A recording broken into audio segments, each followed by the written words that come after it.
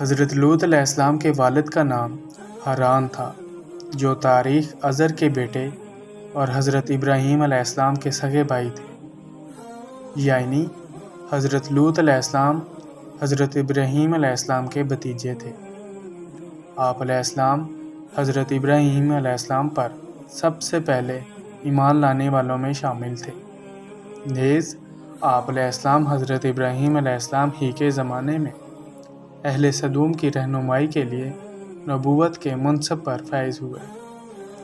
والد حران کے انتقال کے بعد حضرت لوط علیہ السلام اپنے چچا حضرت ابراہیم علیہ السلام کے ساتھ بابل میں مقیم رہے اور پھر ایک عرصے بعد سدوم نامی شہر میں آباد ہو گئے۔ سدوم کے آس پاس 5 نہایت خوبصورت شہر آباد تھے، جن میں سے ہر ایک کی آبادی 1 لاکھ نفوس سے زیادہ ہی تھی۔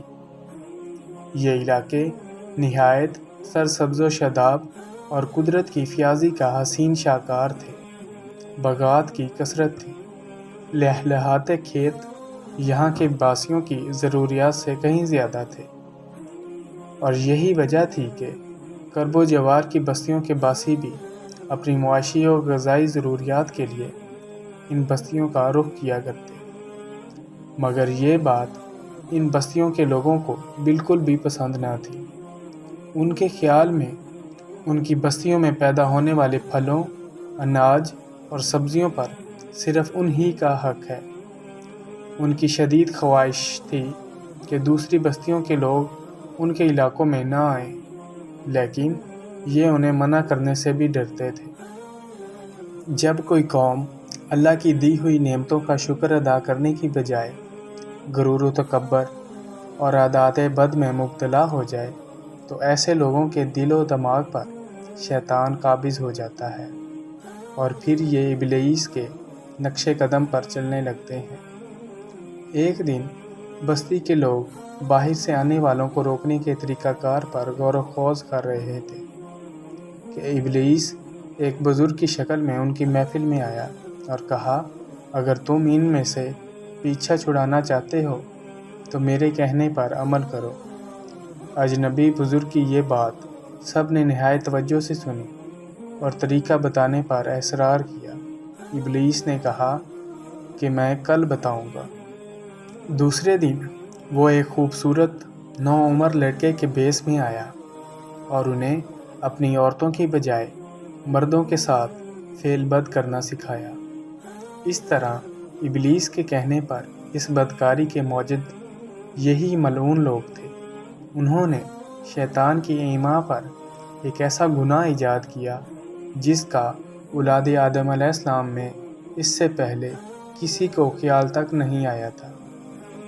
یہی وہ وقت تھا کہ جب اللہ تعالیٰ نے حضرت لوط علیہ السلام کو نبی بنا کر اس قوم کی اصلاح کے لیے بھیجا۔ حضرت لوط علیہ السلام نے ان کو توحید کی دعوت دی اور بیہودہ حرکات سے منع فرمایا۔ قرآن پاک میں اللہ تعالیٰ فرماتا ہے، اور لوط علیہ السلام کو یاد کرو جب انہوں نے اپنی قوم سے کہا کہ تم بے حیائی کے کاموں کیوں کرتے ہو؟ کیا تم عورتوں کو چھوڑ کر لذت حاصل کرنے کے لیے مردوں کی طرف مائل ہوتے ہو؟ حقیقت یہ ہے کہ تم احمق لوگ ہو۔ حضرت لوط علیہ السلام اپنی قوم کی عادت بد کی وجہ سے بڑے فکر مند رہتے اور دن رات انہیں نصیحت و تبلیغ کرتے رہتے، لیکن قوم پر اس کا کوئی اثر نہ ہوا، بلکہ وہ مزید ڈٹھائی اور ہٹ درمی کے ساتھ فخریہ انداز میں یہ کام کرنے لگی۔ اس کے ساتھ ہی وہ حضرت لوط علیہ السلام کے ساتھ بھی سخت رویہ رکھتے اور ان کی باتوں کا مذاق اڑاتے۔ ارشاد باری تعالیٰ ہے، اور قوم لوط علیہ السلام نے بھی پیغمبروں کو جھٹلایا جب ان سے ان کے بھائی لوط علیہ السلام نے کہا کہ تم کیوں نہیں ڈرتے؟ میں تو تمہارا ایماندار پیغمبر ہوں، تو اللہ سے ڈرو اور میرا کہنا مانو، اور میں تم سے اس کام کا بدلہ نہیں مانگتا، میرا بدلہ اللہ رب العالمین کے ذمہ ہے۔ کیا تم اہل عالم میں سے لڑکوں پر مائل ہوتے ہو، اور تمہارے پروردگار نے جو تمہارے لیے تمہاری بیویاں پیدا کی ہیں ان کو چھوڑ دیتے ہو؟ حقیقت یہ ہے کہ تم حد سے نکل جانے والے ہو۔ انہیں حضرت لوط علیہ السلام کا سمجھانا برا لگتا تھا، چنانچہ انہوں نے صاف صاف کہہ دیا کہ اگر تم ہمیں اس طرح برا کہتے رہے اور ہمارے کاموں میں مداخلت کرتے رہے تو ہم تم کو اپنے شہر سے نکال دیں گے۔ قرآن پاک میں ہے، وہ کہنے لگے، اے لوط علیہ السلام، اگر تم باز نہ آؤ گے تو ہم تم کو شہر بدر کر دیں گے۔ حضرت لوط علیہ السلام مایوس ہونے کی بجائے قوم کو راہ راست پر لانے کی جدوجہد میں مصروف رہے، لیکن وہاں تو کیفیت یہ تھی کہ مرض بڑھتا گیا۔ جوں جوں دعا کی، یعنی جتنا حضرت لوط علیہ السلام انہیں اللہ تعالیٰ کے عذاب سے ڈراتے، وہ اتنا ہی ان کا تمسخر اڑاتے، اور پھر ایک دن انہوں نے خود ہی عذاب الہی کا مطالبہ کر دیا۔ اللہ تعالیٰ نے انہیں اب تک دردناک عذاب سے محفوظ رکھا تھا، اور بدترین فحاشی اور بدکاری کے باوجود انہیں ڈیل دی جا رہی تھی، لیکن اب انہوں نے خود ہی عذاب کی فرمائش کر دی اور بولے، اے لوط علیہ السلام، اگر تم سچے ہو تو ہم پر عذاب لے آؤ۔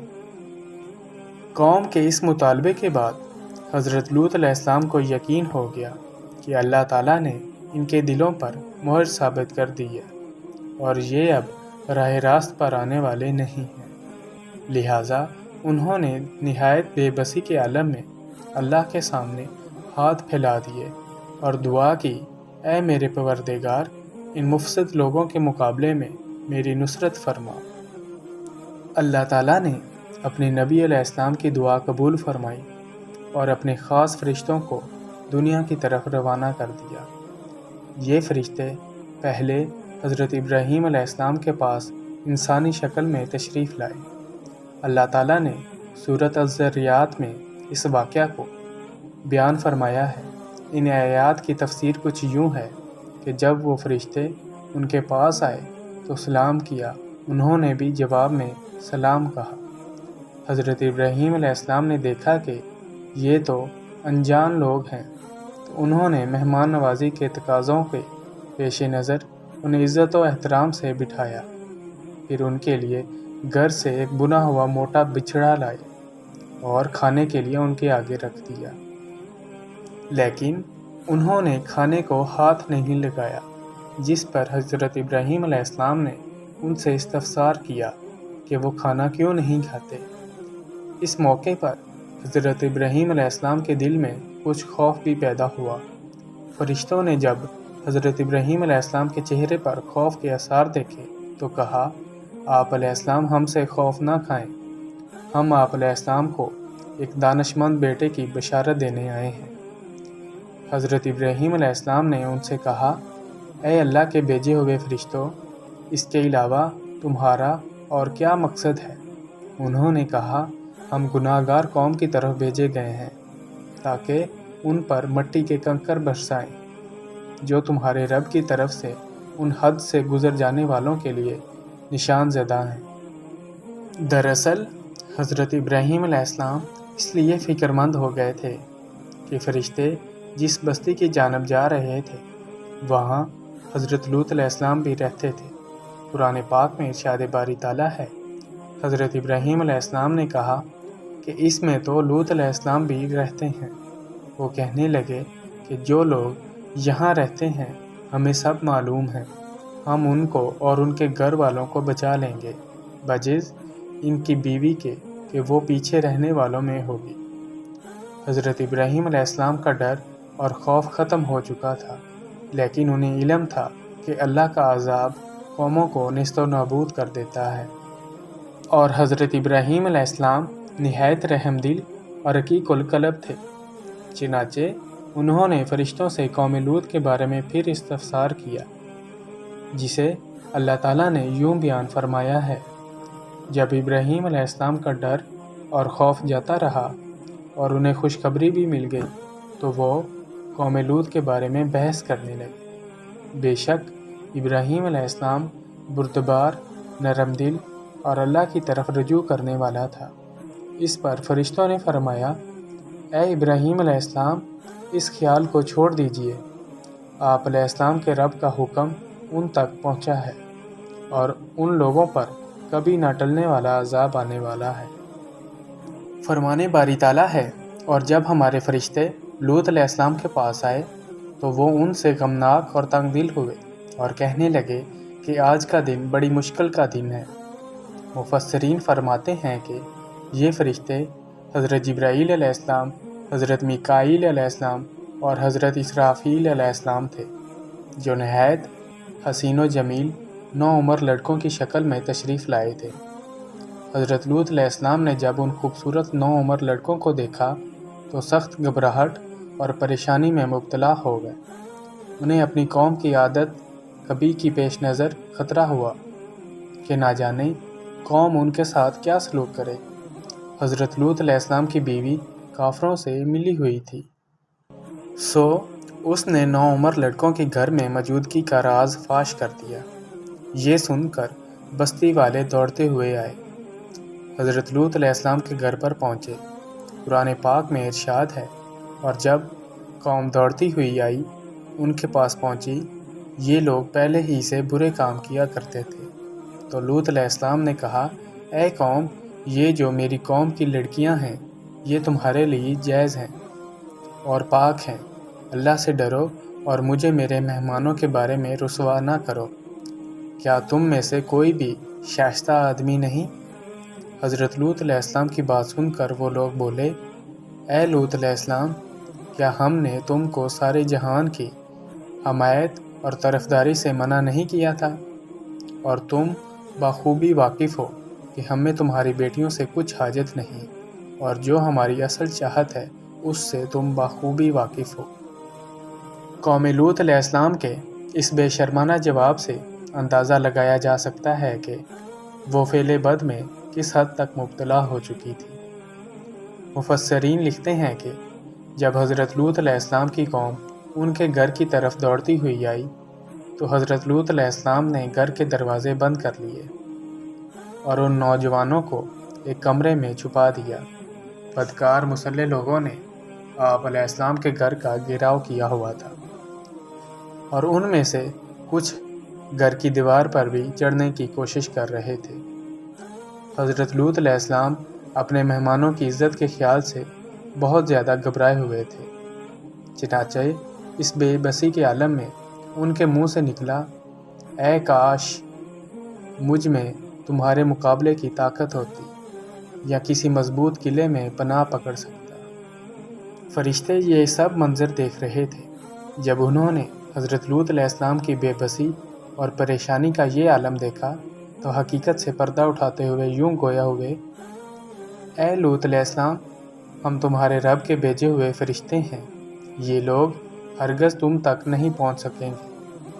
کچھ رات باقی رہے تو اپنے گھر والوں کو لے کر چل دو، اور تم میں سے کوئی شخص پیچھے مڑ کر نہ دیکھے مگر تمہاری بیوی کے جو آفت ان پر پڑنے والی ہے وہی اس پر پڑے گی۔ ان کے عذاب کے وعدے کا وقت صبح ہے، کیا صبح کچھ دور ہے؟ مفسرین لکھتے ہیں کہ حضرت لوط علیہ السلام حقیقت حال جان کر مطمئن ہو گئے اور اپنے اہل خانہ کے ساتھ رات ہی کو نکل کھڑے ہوئے۔